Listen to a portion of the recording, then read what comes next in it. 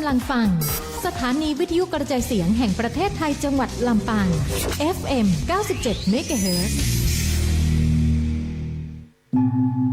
ได้เข้าวัดทำบุญตักบาตรสวดมนต์เป็นประจำแบบนี้ชาวพุทธอย่างเรารู้สึกสุขใจทุกครั้งเลยครับคุณแม่ก็เพราะนี่คือวิถีชีวิตอันสงบสุขของสังคมไทยที่เราปฏิบัติกันมาตั้งแต่อดีตถึงปัจจุบันไงครับลูกไม่ว่าจะเป็นศาสนาพุทธคริสต์อิสลามพราหมณ์ฮินดูหรือศาสนาซิกก็ถือว่าทุกศาสนาล้วนมีความสำคัญในฐานะเป็นเครื่องยึดเหนี่ยวจิตใจของคนในชาติที่ทำให้เราจับมือกันฝ่าฟันมาได้ในหลายๆเหตุการณ์ไงครับลูกฟังแล้วอบอุ่นหัวใจผมรักประเทศไทยจังเลยครับคุณแม่สำนักงานประชาสัมพันธ์ที่ 3 กรมประชาสัมพันธ์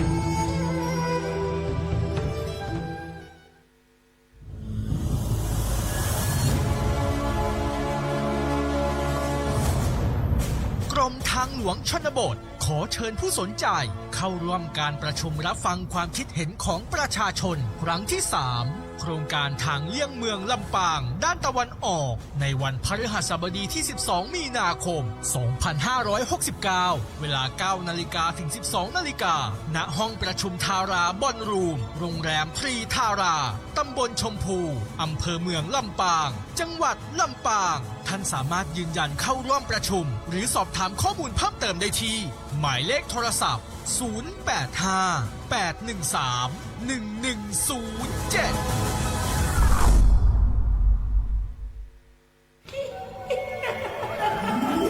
กระจกวิเศษจงบอกข้าเถิดใครงามเลิศในปัทภีก็พระนางน่ะสิราชินีผู้เลอโฉมดูสิตั้งแต่ท่านพาชาวประชางดเผาป่าและขยะในครัวเรือนชาวไร่ชาวนาก็งดเผาตอสั่งข้าวฟางข้าวหันไปไถกลบทำปุ๋ยหมักแปรรูปเป็นอาหารสัตว์หรือเอาไปอัดเป็นก้อนแทนอากาศก็ดีไม่มีฝุ่น PM 2.5 คอยกวนใจหน้าตาท่านก็สดใสผิวพรรณผุดผ่องเป็นที่สุดพะยะค่ะ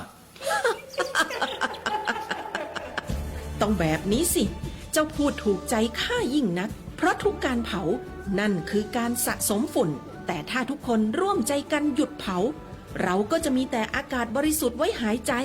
ห่างไกลมะเร็งปอดสุขภาพก็ดีมันคือที่สุดแล้วราชินีจงเป็นอมตะราชินีจงเป็นอมตะข้าขอบูชาท่านพะยะค่ะไปเอาธูปมาแต่ไม่ต้องจุดแล้วนะเดี๋ยวนี้ข้าเปลี่ยนมาใช้ธูปไฟฟ้าแล้วมันจึ้งมากไม่มีฝุ่นเลย คุณภาพอากาศดีด้วยการร่วมมือของทุกภาคส่วนปรารถนาดีจากสำนักงานประชาสัมพันธ์ที่ 3 กรมประชาสัมพันธ์คุณกำลังฟังสถานีวิทยุกระจายเสียงแห่งประเทศไทยจังหวัดลำปาง FM 97 MHz เบอร์โทรศัพท์ 054 224 556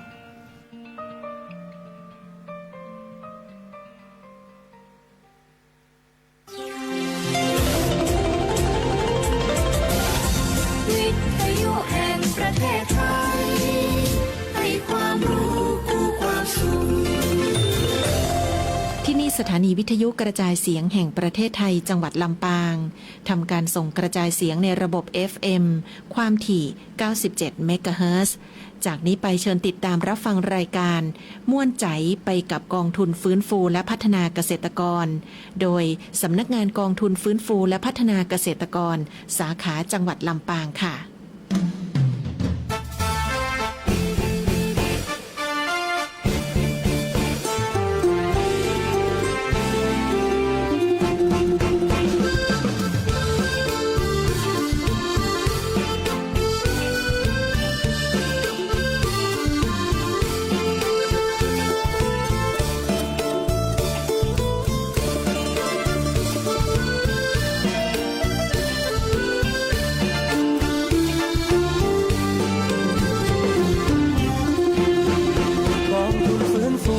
พัฒนาเกษตรกรเพื่อเกษ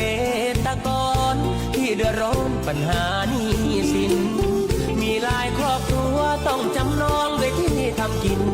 จนแทบหมดหนทางดินเมื่อที่ดินจะโดนยึดไปเป็นหนี้ที่ไหนธนาคารใดก็อย่าไปหนีให้เข้ามาทางนี้มาปรึกษาทางแก้ไขรั รัฐบาลช่วยตั้งกองทุนไม่หวังกำไรใช้หนี้ให้ก่อนแล้วค่อยผ่อนใช้ผ่อนน้อยยาวๆดอกเบี้ยไม่มี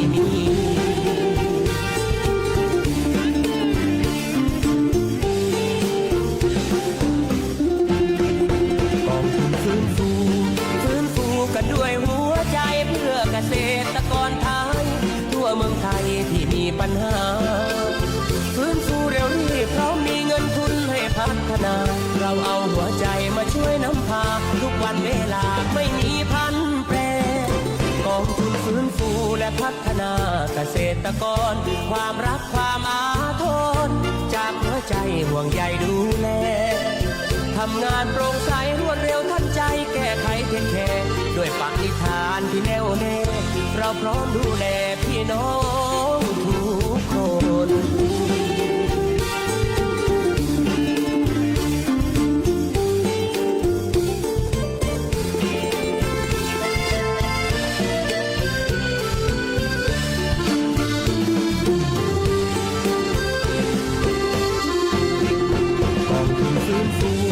ฟื้นฟูกันด้วยหัวใจเพื่อเกษตรกรไทยทั่วเมืองไทยที่มีปัญหา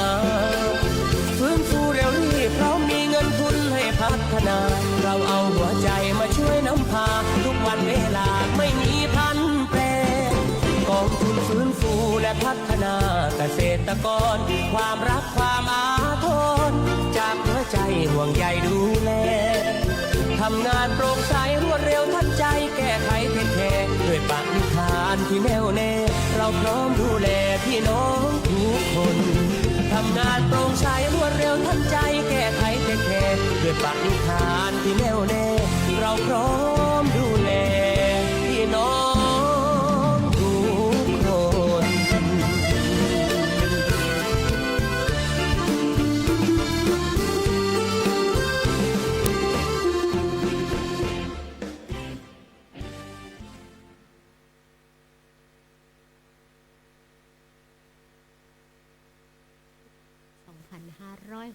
2569นะเจ้าเนาะมาพร้อมกับความปรารถนาดีแล้วก็ความหวังของพี่น้องเกษตรกรนะเจ้าเนาะวันนี้มาทักทายกันเช่นเคยนะเจ้าหลังจากที่อาทิตย์ที่แล้วนะเจ้าเนาะติดภารกิจนะเจ้าเนาะที่พื้นที่อำเภอวังเหนือนะเจ้าวันนี้ก็มาทักทายท่านเช่นเคยนะเจ้าบดีละกันไปในนะเจ้าเนาะกินข้าวน้ำจ้ำข้าวตอนแล้วก็แวะมาหมุนขึ้นวิทยุมายัง97เมกะเฮิรตซ์นะเจ้าสวทลำปางนะเจ้าผ่านทางไล่สดนะเจ้าเนาะของสวทลำปางกรมประชาสัมพันธ์นะเจ้าขอบคุณทางทีมงานทุกท่านนะเจ้าที่มาให้กำลังใจกันวันนี้ดีใจตื่นเต้นเล็กน้อยนะเจ้าเนาะครั้งแรกตีได้เข้ามาดำเนินรายการกับห้องส่งใหม่ปรับปรุงใหม่นิ้วชัยไลกว่าเดิมนี่นะเจ้าวันนี้รายการม่วนใจไปกับกองทุนฟื้นฟูและพัฒนาเกษตรกรมีข้าเจ้ารุ่งสุรีชัยสอนนะเจ้าพนักงานอาวุโสสำนักงาน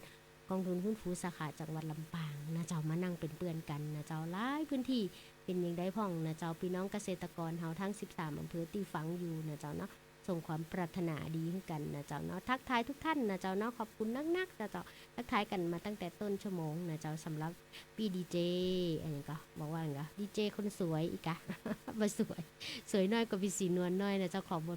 ทเพลงระดับโค้ชอีนาเพลงอย่างพวกเราก็บอกเคยซ้อสักเตือนเดี๋ยวทางปีเขาจะช่วยซ้อหากันละกันนะเจ้าแล้วก็ขอบคุณยังแฟนรายการที่ขอผ้าห่มสาวอย่างพี่หลายคนนะเจ้าเนาะคิวเพลงยาวเหยียดมาตั้งแต่เจ้าละนะเจ้าเนาะขอบคุณทุกท่านนะเจ้าเดี๋ยวจะทยอยเปิดนุฟังนะเจ้าแต่ว่าวันนี้ขออนุญาตแจ้งข้อมูลข่าวสารกับพี่น้องสมาชิกกองทุนฟื้นฟูทุกท่านนะเจ้าเนาะที่ประสงค์จะยื่นขึ้นทะเบียนหนี้นะเจ้าเนาะท่านสามารถยื่นเขียนแผนยื่นแบบฟอร์มได้ตลอดเวลาในวันเวลาราชการนะเจ้าบ่มีหยุดทุกช่วงฤดูกาลบางคนบอกว่าฤดูกาลเพิ่นยื่นขึ้นบ่ได้นะเจ้าเนาะในส่วนของสำนักงานกองทุนฟื้นฟูท่านที่เป็นสมาชิกแล้วประสงค์จะยื่นขึ้นทะเบียนหนี้ขึ้นได้ตลอดเวลาในวันเวลาราชการนะเจ้าที่ศูนย์ราชการนะเจ้าเนาะแล้วก็ในส่วนของพี่น้องเกษตรกรที่ประสงค์จะเขียนแผนโครงการนะเจ้าหลายท่านละนะเจ้าเนาะโทรมาสอบถามนะเจ้าเนาะก็ยินดีรับแต่เจ้าบางทีถ้าท่านไปบ่เป็นหรือไปบ่ถูกอย่างใดก็แจ้งมานะเจ้าเนาะเฮายินดีเป็นสื่อกลางแล้วก็เป็นพี่เลี้ยงไปพร้อมๆกันนะเจ้าครับเจตนารมณ์ของกองทุนฟื้นฟูที่จะดูแลพี่น้องทุกๆคนนะเจ้าโดยเฉพาะพี่น้องที่เป็นสมาชิก กรณีไม่เป็นสมาชิกขึ้นทะเบียนหนี้ได้ไหมนะมีคำถามเข้ามาเขาบอกว่าท่านไม่ได้เป็นสมาชิกนะเจ้าเนาะพรบฉบับนี้ก็บ่สามารถคุ้มครองท่านได้นะเจ้าเนาะพรบฉบับนี้เกิดจากการเรียกร้องของพี่น้องเกษตรกรที่ประสบปัญหาหนี้สินเมื่อปี 2542 นะเจ้าเนาะโดยพี่น้องหลายๆภาคส่วนมองว่าพี่น้องเกษตรกรซึ่งเป็นคนส่วนใหญ่นะเจ้าเนาะของประเทศนะเจ้าเนาะก็ประสบปัญหาหนี้สินพอล่มลงแล้วบ่มีใครดูแลซึ่งต่างกับตอนนั้นเกิดสภาวะเศรษฐกิจไปแน่นต่างๆที่ล่มลงก็มีรัฐบาลเข้าไปซ่อนตื้อแต่ว่าในส่วนของพี่น้องเกษตรกรก็บ่มีที่อยู่ที่ไปก็เลยรวมตัวกันเรียกร้องนะเจ้าเนาะเมื่อเรียกร้องเสร็จนะเจ้าก็คลอดพรบมาปี 2543 นะเจ้าเนาะแล้วก็ประกาศใช้ได้อย่างสมบูรณ์กับปี 2545 เริ่มให้พี่น้องได้เข้าถึงสิทธิ์นะเจ้าแล้วก็แต่ว่าอย่างที่ว่าเนาะเขาเป็นพรบแล้วก็จะตั้งใหม่นะเจ้าระเบียบเป็นอย่างต่างๆประกาศต่างๆก็ปรับมาเรื่อยๆนะเจ้าจนนี่เขาย่างเข้าปี24จะ24 25ถ้าเป็นวัยรุ่นก็กรัดมันละนะเจ้าเนาะกับการดูแลพี่น้องเขานะเจ้าเนาะก็ว่าเนาะนะเจ้าเนาะแต่ว่าทั้งหมดทั้งมวลก็อยู่ที่พี่น้องเกษตรกรพรบฉบับนี้นะเจ้าเนาะจะเกิดประโยชน์กับพี่น้องเกษตรกรก็อยู่ที่พี่น้องเกษตรกรเขามาใจสิทธิ์แล้วก็เข้าถึงสิทธิ์นี่ก่อนแล้วใจบริการก่อนนะเจ้าซึ่งเดี๋ยวจะอู้ต่อว่าตลอดเวลาที่มันมีรายการก็จะบอกว่าการที่พี่น้องเกษตรกรเฮานะเจ้าเนาะจะเข้าถึงสิทธิ์ได้ก็ต้องรวมตัวกันเป็นกลุ่มสมัครเป็นสมาชิกนะเจ้าเนาะท่านประสงค์จะขึ้นทะเบียนหนี้ให้กองทุนเข้าไปจัดการหนี้นะเจ้าเนาะท่านก็ยื่นขึ้นทะเบียนหนี้ซึ่งเป็นเรื่องปัจเจกและบุคคลแต่หากว่าท่านบ่มีปัญหาเรื่องหนี้สินแต่ท่านต้องการงบประมาณในการประกอบอาชีพหรือพัฒนาองค์ความรู้ท่านก็มาในเรื่องของการเขียนแผนโครงการนะเจ้าเนาะกำเดียวสักช่วงต่อไปเดี๋ยวจะมาอู้ต่อว่าคือพี่น้องบ่อยๆพี่น้องว่าเข้าถึงสิทธิ์ได้อย่างใดเนี่ยอย่างใดถึงจะได้เนี่ยจะได้ขึ้นทะเบียนหนี้แล้วได้ประโยชน์อย่างใดเดี๋ยวเรามาอู้กันต่อนี่ไปฟังเพลงเพราะๆที่แฟนรายการเอิ้นมากันละกันเจ้า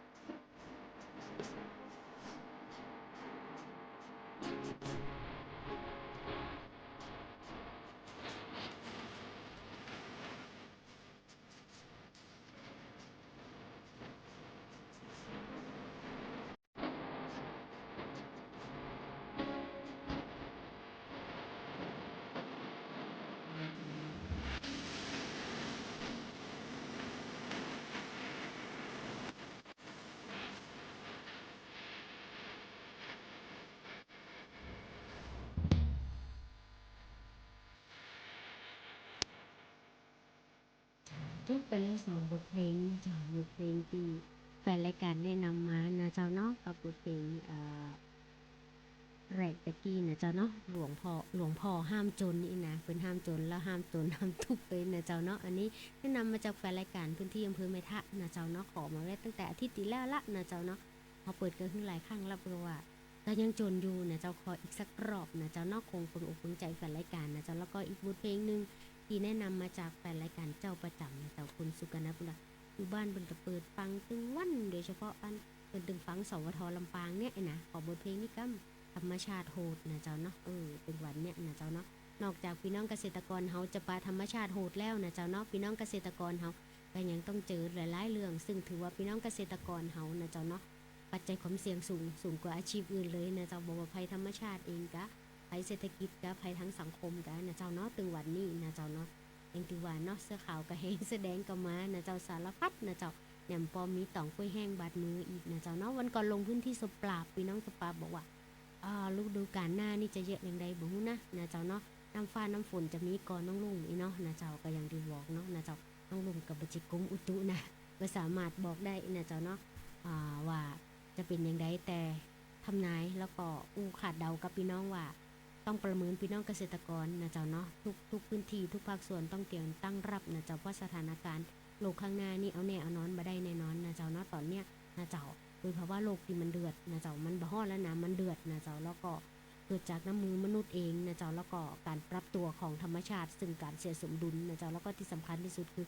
ระบบนิเวศที่เปลี่ยนแปลงไปนะเจ้าเนาะทำให้สิ่งแวดล้อมเปลี่ยนนะเจ้าเนาะก็ที่สำคัญถ้าเกิดว่าอุณหภูมิโลกยังสูงขึ้นเรื่อยๆนะเจ้าเนาะการดำเนินชีวิตของพี่น้องก็ต้องเปลี่ยนนะแต่ที่สำคัญที่สุดทุกคนมีส่วนร่วมนะเจ้าที่จะทำให้สิ่งแวดล้อมหรือว่าธรรมชาติคืนสมดุลได้อย่างใดนะเจ้าเนาะเพราะว่าพฤติกรรมการบริโภคของเราถึงวันนี้ก็มีส่วนนะเจ้าเนาะฉะนั้นสิ่งที่เราจะรอดได้นะเจ้าจะเอาตัวรอดได้ภายใต้สภาวะที่ภัยธรรมชาติเองนะเจ้าเนาะเพราะว่าของเศรษฐกิจเองนะเจ้าเนาะก็สงครามกลางเมืองเองหรือว่าปัญหาต่างๆปัญหาสังคมปัญหายาเสพติดสิ่งที่เกิดขึ้นนะเจ้าเนาะเป็นสิ่งที่พี่น้องต้องเตรียมตั้งรับนะเจ้าให้กำลังใจกันนะเจ้าเนาะอย่าไปลืมนะเจ้าถ้าท่านเครียดไปทางใดไปได้มันมีทางออกนะเจ้านึกถึงสำนักงานกองทุนฟื้นฟูและพัฒนาเกษตรกรนะเจ้าสำนักงานมีที่ตั้งของจังหวัดลำปางมีที่ตั้งอยู่ที่ศูนย์ราชการจันทร์2นะเจ้าเนาะแล้วก็ต่างไปสารกลางไปตั้งแม่เมาะคุณนะเจ้านะถ้าขึ้นไปมีโอกาสแวะเวียนนะเจ้าไปหากันได้นะเจ้าเรามีทีมงานคอยดูแลแล้วก็ให้กำลังใจพี่น้องอยู่นะเจ้าบางทีก็จับแต่แห้งมันแน่นใจกาจับแต่ครูบาประจับแต่น้อยบางทีเข้าไปอาจจะบะปึ้งอย่างที่ตั้งใจว่าจะมาได้อย่างนั้นนะเจ้าก็อย่างที่ว่าเนาะภาษีเงินทุนที่เขาคือเป็นภาษีของพี่น้องเกษตรกรนะเจ้าก็ต้องมีระเบียบกติกานะเจ้าเนาะในการช่วยเหลือดูแลเขานะเจ้าแต่ทั้งหมดทั้งมวลก็คือกำลังใจพี่น้องตอนนี้มีพี่น้องเกษตรกรทยอยส่งแผนโครงการเข้ามาละตอนนี้มีอยู่ในมือเฮานะเจ้าเนาะประมาณ13-14แผนโครงการละนะเจ้าแล้วก็เห็นว่าวันที่16มีนาคม2569นี่นะเจ้าเนาะจะมีการเพิ่นเฮาว่าหยังมีการพัฒนาแผนในส่วนของแผนโครงการที่พี่น้องส่งมานะเจ้าเนาะก็อยากจะบอกพี่น้องเกษตรกรที่มาขอรับแบบเขียนแผนโครงการแล้วบอกว่าเขียนบ่ได้ไปบ่เป็นเนี่ยอย่างใดดีนะเจ้าเนาะอยากจะบอกว่าทางสำนักงานเฮานะเจ้าเนาะยินดีรับแล้วก็หลังจากนั้นเฮาก็จะลงไปดูช่วยดูแลว่าแผนที่ท่านเขียนมานะเจ้าเข้าหลักเกณฑ์นะเจ้าเข้าระเบียบเข้ากติกาตามประกาศของสำนักงานกองทุนกนะเจ้าตรงตามเจตนารมณ์ของกองทุนฟื้นฟูตามพรบ5กอย่างเงี้ยเจ้านี่บ่ต้องกลัวนะเจ้าเนาะสำนักงานเฮามีเจ้าหน้าที่คอยดูแลทุกสาขาจังหวัดนะเจ้าเนาะกองทุนฟื้นฟูมีสาขาจังหวัดอยู่ทั่วประเทศในส่วนของจังหวัดลำปางเขาก็มีข้าเจ้าดูแลในส่วนของแผนและโครงการอยู่นะเจ้าสำหรับการอุดหนุนแผนโครงการให้พี่น้องเกษตรกรนะเจ้าท่านสามารถเอาไปแย่อย่างก็ได้นะแต่ว่า ต้องภายใต้นะเจ้าบริบทพื้นที่ของเขาเกิดจากความต้องการของพี่น้องนะเจ้าเนาะแล้วก็ต้องทำงานแผนโครงการในรูปของกลุ่มขององค์กรบริเดินขึ้นมาเดียวๆบ่ฮื้อนะเจ้าเพราะเฮาไปเจอสถาบันการเงินหรือว่าธนาคารที่ท่านจะเดินมาแล้วขอกู้นะเจ้าเฮาต้องการให้พี่น้องรวมตัวกันนะเจ้าเนาะเพื่อสร้างอำนาจต่อรองหรือพี่ผู้สองน้องผู้หนึ่งในพื้นที่นะเจ้าเนาะบางทีถ้าเจ้าหน้าที่ลงไปยังฮื้ออาจจะเก่าบ่ถูกที่คันนะเจ้าอันนี้ก็คือบอกกล่าวกันก่อนในเรื่องของแผนโครงการที่จะขอรับการสนับสนุนนะเจ้าในส่วนของการขอรับการสนับสนุนนี่มีทั้งแบบฮื้อเปล่าฮื้อบ่ต้องส่งคืนอีนะเจ้าเอาไปสนับสนุนองค์ความรู้หรือศึกษาดูงานนะเจ้าแล้วก็ในส่วนของผู้ยืมก็ บ่มีดอกนะเจ้าท่านไปที่อื่นนี่ดอกเบี้ยปะโทไอ้น่ะดอกอย่างบ้านเร็วที่สุดก็คือดอกเบี้ยนะเจ้าแต่กองทุนหุ้นฟูไม่มีดอกเบี้ยไม่มีค่าบริการนะเจ้าเนาะอันนี้เป็นเรื่องที่เราต้องการเสริมให้พี่น้องเกษตรกรเติบโตแล้วก็ดูแลตัวเองได้อย่างยั่งยืนฟื้นฟูตัวเองได้อย่างยั่งยืนนะเจ้าอันนี้ในเรื่องของการสนับสนุนในงบประมาณนะเจ้าในการประกอบอาชีพก็ยังมีในส่วนของปัญหาหนี้สินนะเจ้าเนาะที่พี่น้องเกษตรกรซึ่งถือว่า99% จากลงพื้นที่เขาถามว่ามีใครห้องบ่มีนี่มีใครยกมือเลยนะทุกคนยกมือพร้อมกันหมดแสดงว่าทุกคนเครดิตดีนะเจ้าเนาะไปใช้บริการแล้วนะเจ้าแต่ว่าทั้งหมดทั้งมวลอย่างที่ว่าเนาะพี่น้องเกษตรกรความเสี่ยงสูงขนาดนะเจ้าเนาะทางออกดีที่สุดก็คือตามีหน้าพอหน้าบหันเนอนะเจ้าเนาะมายืนขึ้นทะเบียนไว้ก่อนจัดการหนี้บ่จัดการหนี้เป็นอีกเรื่องนึงนะเจ้าเนาะหรือว่าบางทีเขาอาจจะมาเพื่อชะลอหรือบรรเทาก็ได้นะเจ้าเนาะอย่างน้อยเขาก็มีหลังพิงฟ้านะเจ้ามีเจ้าหน้าที่ที่ดูแลเรื่องนี้อยู่ท่านยื่นประสงค์ไว้นะเจ้าเนาะเขาก็ไปจัดการซึ่งก็มีระเบียบกติกาอยู่บางคนบอกว่าขึ้นทะเบียนไว้เป็นปีแล้วน้องลงบ่เห็นได้รับการจัดการว่าไปเรื่อยบ่เห็นจะได้กองทุนบ่มีแต่บ่มีจริงอย่างนี้นะเจ้าเนาะมาต้องศึกษากันนะเจ้ามันมีกติกาอย่างเช่นท่านขึ้นทะเบียนหนี้แล้วท่านจะต้องเป็น NPL ตั้งแต่1 ปีขึ้นไปเนาะบางทีท่านเครดิตท่านยังดีอยู่นะเจ้าเนาะเขาก็ถือว่าท่านก็ชำระไปกับสถาบันเจ้าหนี้ของท่านได้อยู่นะเจ้านอกกองทุนกับเข้าไปดูแลนะเจ้าเขาก็จะแบ่งชั้นนะเจ้าในส่วนของความเร่งด่วนของปัญหานะเจ้าเนาะนะเจ้าเนาะขอบคุณแฟนรายการทุกท่านนะเจ้าติดตามรับฟังวันนี้ไปอย่างรวดด่วน นะเจ้าวันนี้นะเจ้ามีพี่น้องเกษตรกรนะเจ้าเนาะรออยู่ที่บ้านม่อนแสนสีนะเจ้าเดี๋ยวเสร็จจากดำเนินรายการข้าเจ้าก็จะลงพื้นที่ไปเตรียมสถานที่เพื่อเตรียมโครงการวันพรุ่งนี้11 ถึง 12นะเจ้ามีนาคม 2569 ก็มีพี่น้องสมาชิกกองทุนฟูในเขตตำบลนาครัวนะเจ้ามีพี่น้องบ้านอ้วนพี่น้องบ้านตาแหนบ้านเมียงนะเจ้าเนาะแล้วก็บ้านลุกแล้วก็พื้นที่บ้านกล้วยเนาะแล้วก็ตำบลบ้านเมทะนะเจ้ากลุ่มบ้านน้ำโทกนะเจ้าพี่น้องตาแหนนะเจ้าเนาะองค์กรละ5 ท่านนะเจ้าเจอกันที่บ้านสวนอัมพวาเมทะนะเจ้าเนาะวันพรุ่งนี้เขาจะนั่งอู้จากันกับการเดินจะได้ให้องค์กรเข้มแข็งแล้วก็การเข้าถึงสิทธิ์ของกองทุนฟื้นฟูจะต้องแยกอย่างใดจะเขียนแผนอย่างใดให้ได้นะเจ้าแล้วก็ฝากประชาสัมพันธ์แฟนรายการที่ฟังอยู่นะเจ้าที่เคยรับการฝึกอบรมแล้วนะเจ้าท่านได้รับการคัดเลือกเมื่อส่งแผนโครงการแล้วส่งมาได้นะเจ้าน้องบ่ต้องกลัวว่าผ่านหรือบ่ผ่านนะเจ้าถ้าท่านส่งมาเขาสแตมป์รับไว้ก่อนนะเจ้าแล้วหลังจากท่านเขาจะไปดูถ้าท่านบ่ได้ส่งเขาก็บ่ฮู้ว่าท่านต้องการอะไรอย่างนะเจ้าเนาะขอบคุณพี่ศรีนวลนะเจ้าที่รับชมอยู่นะเจ้าทักทายพี่วท่านสารวัตรวอนจอมแก้วนะเจ้าเนาะพี่น้องต่างแม่หมอกนะเจ้าเนาะที่รับชมอยู่ที่มีรีวิวนะเจ้าแล้วก็หลายท่านที่ติดตามรับฟังอาจจะไม่ได้ทักทายกันนะเจ้าเนาะยินดีกับการติดตามรับฟังกันผ่านทางไลฟ์สดของสวทลำปางหรือคืนวิทยุนะเจ้าเนาะ FM 97 เมกะเฮิรตซ์นะเจ้าแนะนำบทเพลงมาได้นะเจ้าเนาะทางสถานีมีพี่ๆสุดหล่อนั่งรอรับโทรศัพท์ท่านอยู่แล้วก็คัดเลือกบทเพลงให้ท่านนะเจ้าเนาะระดับโค้ชบอกพี่สีนวลขอมานะเจ้าเดี๋ยวไปดูสักกำหนึ่งมีกอเนาะนะเจ้าแต่ว่าเรียงตามลำดับคิวเพลงก่อนคิวเพลงก็ยาวๆนะเจ้าเนาะต่อจากวันนี้ก็จะเป็นบทเพลงอย่างคิดถึงทุกคนนี่นะเจ้าแล้วก็สาวทุ่งดอกจานเนาะอันนี้ก็ขอมาจากแต่ที่ที่แล้วละนะเจ้าเนาะขอบคุณพี่รัตดาควรคิดนะเจ้าอันนี้ก็ติดตามรับฟังกันตลอดส่งกำลังใจฮุนเนอร์ปีนะเจ้าเนาะปัญหาทุกอย่างมีทางออกเสมอนะเจ้าเนาะกองทุนเงินฟูเป็นกำลังใจและยินดีอยู่รวมกับพี่น้องทุกท่านนะเจ้าพอบทเพลงมายินดีนะเจ้าวันนี้ไปฟังบทเพลงเพราะๆก่อนจะได้มวนอกมวนใจเจ้า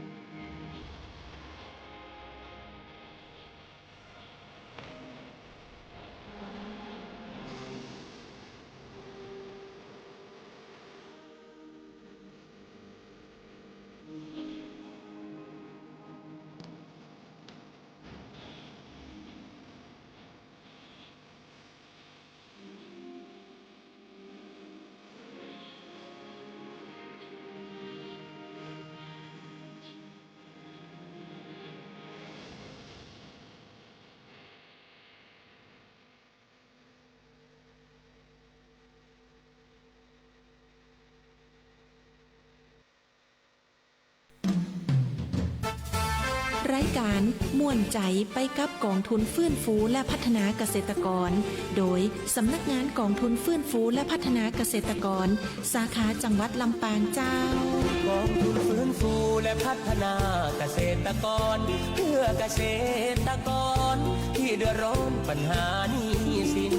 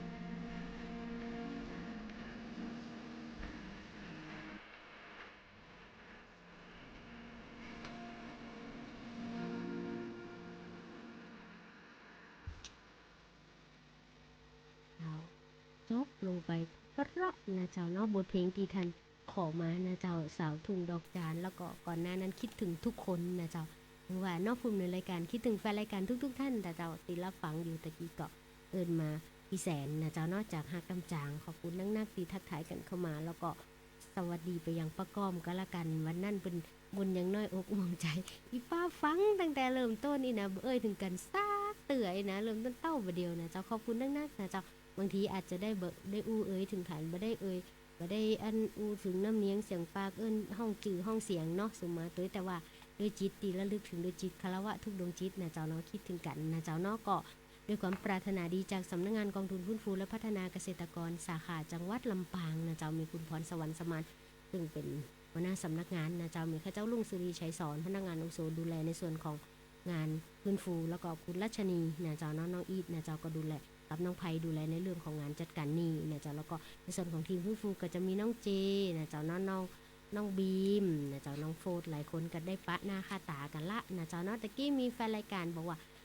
พี่จวนสุขันธานะเจ้าเนาะพี่น้องตังสุปาบัวแผนโครงการยังบันแล้วเตื่อยนะขอบทเพลงอะไรลำปางมาเนาะนะเจ้าจะฟังอะไรเตื่อของปิกเกาหลีเตื่อ อยู่ลำปางเหมือนๆก่อนนะเจ้าเนาะแล้วก็แฟนรายการนะเจ้าเนาะดรนุ้ยบอกว่าขอบทเพลงไอ้อย่างนี้ยาวพูดบอกเดี๋ยวก็ว่ากันพรุ่งนี้ปะกันฝากประชาสัมพันธ์ไปยังแฟนรายการนะเจ้าเนาะตีได้รับการนัดหมายนะเจ้า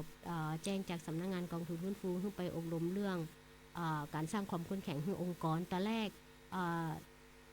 สถานที่ที่นัดกันอยู่ที่กุมฮักน้ำจางนะเจ้าเนาะพอดีในพื้นที่มีการถ่ายทำจะมีการถ่ายทำสารคดีในวันพรุ่งนี้นะเจ้าเนาะก็เลยปรับสถานที่ไปยังบ้านสวนอัมพวานะเจ้าเนาะบ้านหมู่6บ้านมอนแสนสีตำบลน้ำโจอำเภอแม่ท่าจังหวัดลำปางก็บ่ไกลกันนะเจ้าถือว่าเฮาเชื่อมโยงกันนะเจ้าเนาะตั้งในส่วนของพี่น้องน้ำโจนะเจ้าแล้วก็ส่วนหนึ่งสำนักงานกองทุนกะประสานพี่น้องจากจังหวัดพิจิตรที่จะมาดูงานในพื้นที่90ท่านมาดูพี่น้องสมาชิกกองทุนฟื้นฟูกลุ่มฮักน้ำจางนะเจ้าเนาะในวันที่22วันที่24 จะมาดูวันที่22นี่นะเจ้าจะมีการจัดตลาดนะเจ้าเนาะตลาดคุณภาพนะเจ้าเนาะที่กลุ่มฮักน้ำจางแล้วก็มีพี่น้องจากสปก.เชียงใหม่มาดูงานนะเจ้าแล้วก็หลังจากนั้นก็จะมีพี่น้องจากพิจิตรอีก60ชีวิตมาดูงานเหมือนกันแล้วก็เพิ่นต้องการอยู่ในพื้นที่นะเจ้าขอที่พักนะเจ้าเนาะเขาก็เชื่อมโยงไปท่องเที่ยวเชิงนิเวศไปตั้งพี่น้องมันลุกนะเจ้าเนาะต่อนะเจ้าถือว่าเฮาระบบนิเวศเชื่อมโยงกันในส่วนของภาคประชาสังคมภาคพี่น้ององค์กรเกษตรกรในพื้นที่อำเภอแม่ทะนะเจ้าหลายๆพื้นที่บอกว่ายังอยู่แต่อำเภอแม่ทะจริงๆแล้วโครงการแต่ละโครงการเฮากำหนดที่ผ่านมาเฮาก็อยู่ในส่วนของพื้นที่อำเภอเมืองวัดมันพุทธสถิตนะเจ้าแล้วก็วัน12-13นี่เนาะเป็นโครงการสร้างความเข้มแข็งนะเจ้าวันที่12นะเจ้าเป็นเรื่องการสร้างความเข้มแข็งนะเจ้าเนาะขององค์กรเกษตรกรและในส่วนของวันที่16นะเจ้าเนาะมีนาคม2569ก็คือวันจันทร์หน้านะเจ้าก็จะมีโครงการในเรื่องของการพัฒนาแผนโครงการอันนี้เฮาประสานกับพี่น้องเกษตรกรที่ส่งแผนโครงการมาละแต่มีบางส่วนที่ต้องแต่เติมแก้ไขเฮาก็นัดแล้วก็แก้ไขกันตีมูลที่นัทภูมินะเจ้าตำบลนิคมพัฒนานะเจ้าทั้งหมด6องค์กรนะเจ้ามีพี่น้องเมืองปานแล้วก็พี่น้องเมืองเหงานะเจ้าในวันที่16แล้วในหลังจากนั้นนะเจ้าเนาะเฮาก็ยังมีในเรื่องขององค์การตลาดฝากประชาสัมพันธ์พี่น้องพื้นที่ใกล้ๆนะเจ้าท่านอยากช้อปปิ้งนะเจ้าหรือว่าจับใจใช้สอยนะเจ้าเนาะผลผลิตของพี่น้องเกษตรกรที่เป็นสมาชิกกองทุนฟื้นฟูหรือว่าบัจจัยในพื้นที่ที่เปิ้นใส่ใจสิ่งแวดล้อมนะเจ้าวันนั้นเฮาจะมีร้านค้าประเดิมในเรื่องของการเกี่ยวนะเจ้าเนาะการหินจางนะเจ้าเนาะเป็นการท่องเที่ยวเชิงนิเวศนะเจ้าประเดิมก่อนแล้วหลังจากนั้นก็จะมีไปเรื่อยๆนะเจ้าเนาะลองไปดูกันว่าวันที่22พี่น้องฮักน้ำจางแล้วก็พี่น้องเครือข่ายสมาชิกกองทุนฟื้นฟูเปิ้นจะแยกอย่างกันวันนั้นนะเจ้าเนาะในวันที่22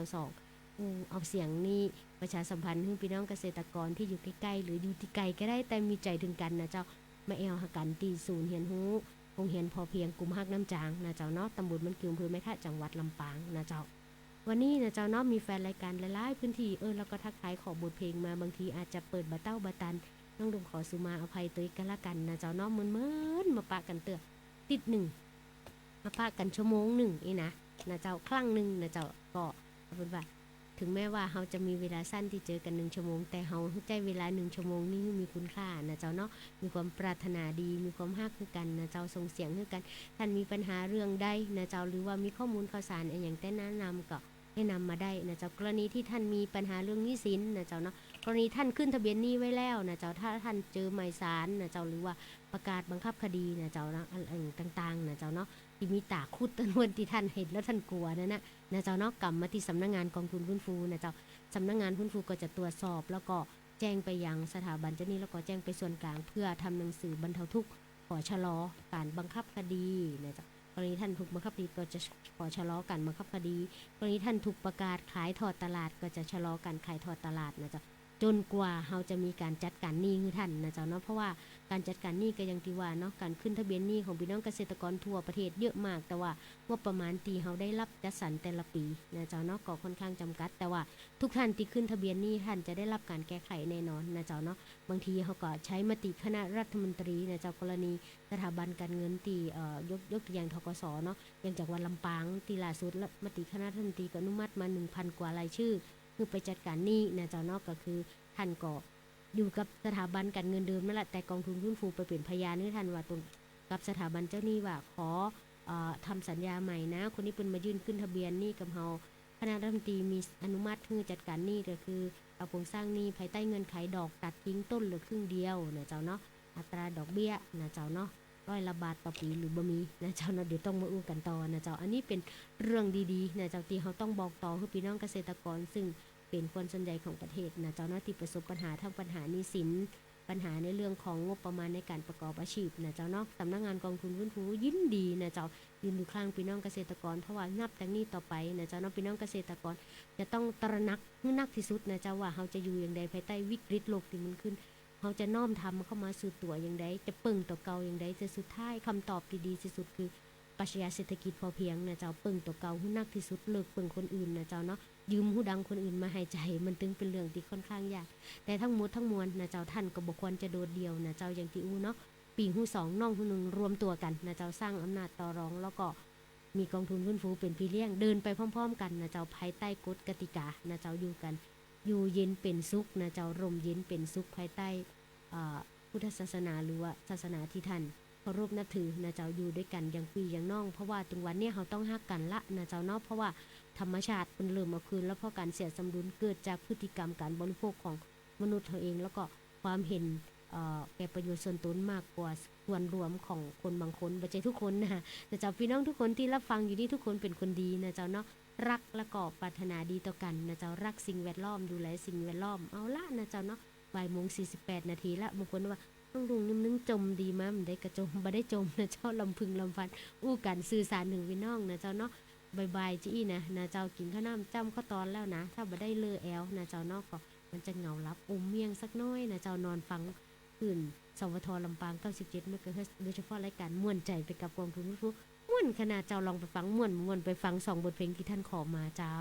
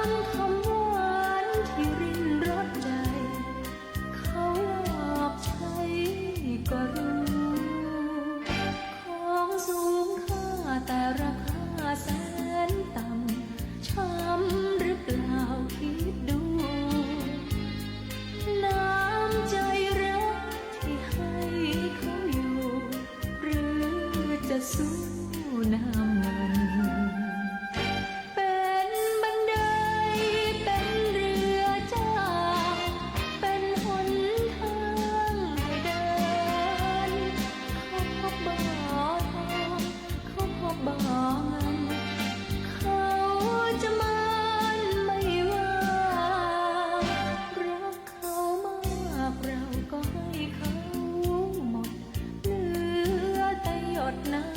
ำ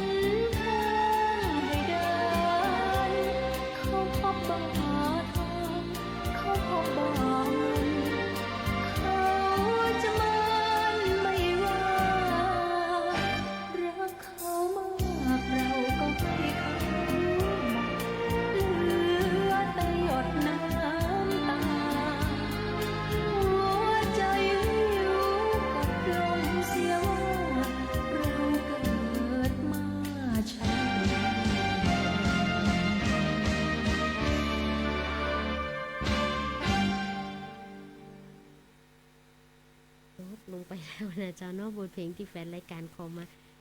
เวลาแห่งความสุขมันถึงผ่านไปเร็วแต่นะเจ้ารู้เขาหลอกแต่เต็มใจให้หลอกนะเจ้านี่แฟนรายการตังสปาบเอิ้นมานะเจ้าเนาะกับบทเพลงเพราะศิลปินในดวงใจของหลายๆท่านนะเจ้าเนาะคุณพี่สิลินทานิยากรนะเจ้าอันนี้อาจจะเป็นเวอร์ชันใหม่คัฟเวอร์ใหม่นะเจ้าเนาะหลายคนเปิงอกเปิงใจก็ บ่เปิงใจกระจมไว้หั่นเด้อรอบหน้าปะนั่นลุงก็บอกว่าเพลงบ่เปิงใจอีนะแต่เชื่อมั่นว่าทุกคนจะเปิงใจนะเจ้าเนาะมีหลายบทเพลงนะเจ้าที่แฟนรายการขอเข้ามานะเจ้าแต่ว่าในส่วนของน้องลุงอาจจะจัดขึ้นบ่เต้าบ่ตันเนาะโดยเฮามีเวลา1ชั่วโมงโดยประมาณตอนนี้ก็บ่ายโมง52นาทีละนะเจ้าเนาะคงต้องปาแฟนรายการไปท่องเที่ยวต่อ นะเจ้าหลังจากเสร็จดำเนินรายการแล้วก็จะเข้าพื้นที่ตำบลน้ำโจนะเจ้าเนาะไปเตรียมสถานที่ในส่วนของการเตรียมโครงการวันพรุ่งนี้วันที่11ถึง12นะเจ้าเนาะมีนาคม2569กับการสร้างองค์กรที่เข้มแข็งพี่น้องเกษตรกรที่ได้รับการประสานงานนะเจ้านอกจากสำนักงานกองทุนฟื้นฟูนะเจ้าของเข้าร่วมเวทีแล้วก็แจ้งสื่อสารต่อๆกันไปว่ายกย้ายจากที่ทำการกลุ่มฮักกำจางไปที่สวนบ้านสวนอัมพวานะเจ้าเนื่องจากวันพรุ่งนี้ทางกลุ่มฮักกำจางนะเจ้าเปิ้นติดการถ่ายทำสารคดีจากสำนักงานใหญ่กองทุนฟื้นฟูนะเจ้าเนาะเปิ้นคัดเลือกทั่วประเทศนะเจ้าเนาะจังหวัดละ1ที่นะเจ้าในส่วนของจังหวัดลำปางเปิ้นก็คัดเลือกไปตีพี่น้องกลุ่มฮักน้ำจางซึ่งได้รับงบอุดหนุนแล้วก็งบกู้ยืมจากสำนักงานกองทุนในการยกระดับการพัฒนาเกษตรอินทรีย์นะเจ้าซึ่งตรงนี้เปิ้นก็ชำระหนี้คืนครบนะเจ้าตรงตามกำหนดเป็นที่น่าชื่นใจแล้วก็เปิ้นก็ได้รับงบอุดหนุนสนับสนุนในการจะซื้อปัจจัยการผลิตในการผลิตปุ๋ยอินทรีย์คุณภาพสูงตัวนะเจ้าอันนี้ก็เป็นอีกหนึ่งตัวอย่างองค์กรเกษตรกรที่เข้มแข็งแล้วก็ระเบิดจากข้างในนะเจ้าก็ยังมีพี่น้องเกษตรกรหลายๆพื้นที่นะเจ้าที่ไม่ได้ถึงอาทิตย์หน้าก่อนมาบอกกันว่ายังมีกลุ่มอื่นที่ไหนพ่องนะเจ้าเนาะตีเอาจะพบกันนะเจ้าในส่วนที่ได้รับงบสนับสนุนบัวพี่น้องจากกลุ่มข้าวทิพย์จ้างอันนี้เป็นก็จะผลิตข้าวอินทรีย์นะเจ้าเนาะแล้วก็พี่น้องฝากอีกข้าวนึงเจ้าพี่น้องเกษตรกรที่ได้รับการประสานไปอบรมเรื่องข้าวนะเจ้าเนาะตีแม่ตาน้อยนะเจ้าเนาะวันที่19ถึงวันที่20เนี่ยนะเจ้าเนาะก็เดี๋ยวสำนักงานจะเอื้นไปทำกรรมหนึ่งนะเจ้าเนาะเอาเป็นว่าช่วงนี้ก็คือพี่น้องใจชีวิตยังมีความสุขม่วนใจไปกับกองทุนฟื้นฟูนะเจ้าเนาะ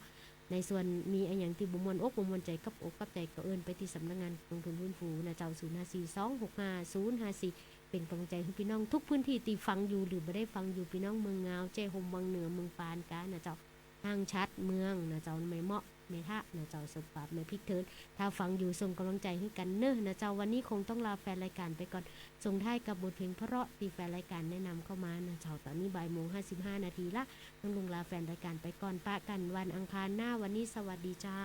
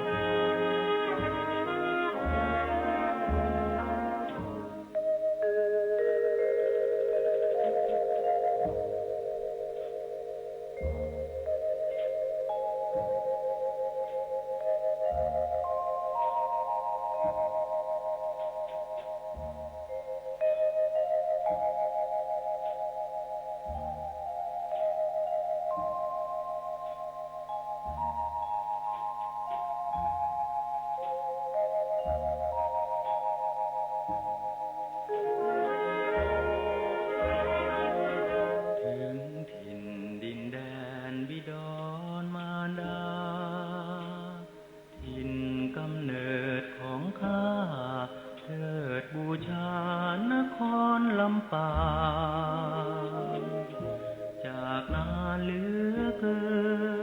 นสาวคงบ่เมินมาหัวใจ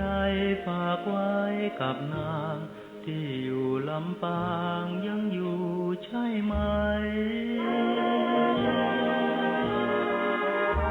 ได้กลับมาแอวสงกรานต์ทุกคราได้พบและเห็นหน้ายอดชีวาก็แสนดีใจภาคใต้อีสานสาวมีอยู่ทั่วไปอ้ายเคยแอวทั่วเมืองไทยบ่มีไผงามเกินการดาสาว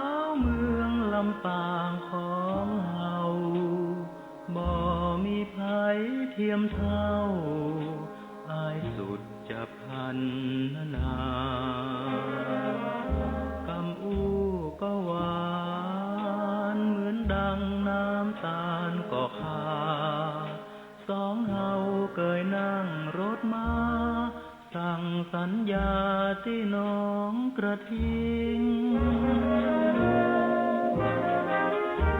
ต้องจากเจ้าไกลอะไรลำปางแต่ใจบ่เหินห่างห่วงนวลนางด้วยฮักแต่จริงอ้ายฝากใจไว้น้องคงบ่ทอดทิ้งจะมาสู่ขอยอดหญิงมอบใจจริง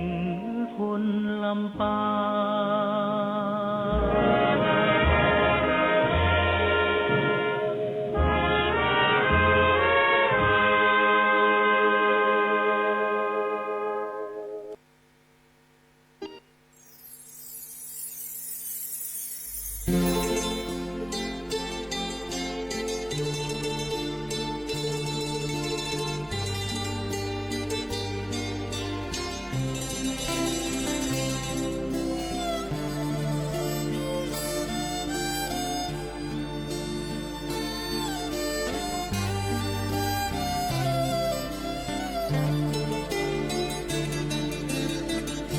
บ่หันส่งข่าวมาหาสักที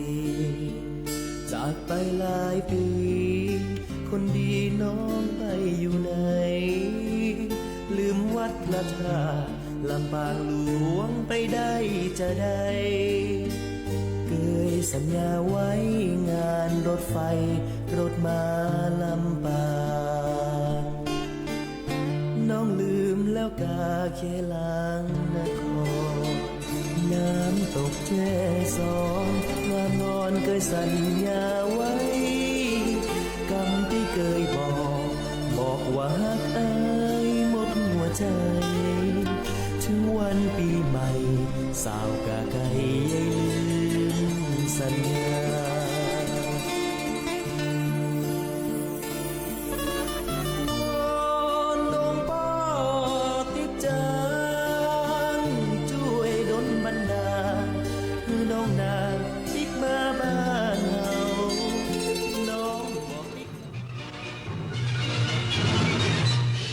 สถานีวิทยุกระจายเสียงแห่งประเทศไทยและเครือข่ายทั่วประเทศเสนอข่าวต้นชั่วโมงรู้เร็วรู้จริงเกาะติดทุกสถานการณ์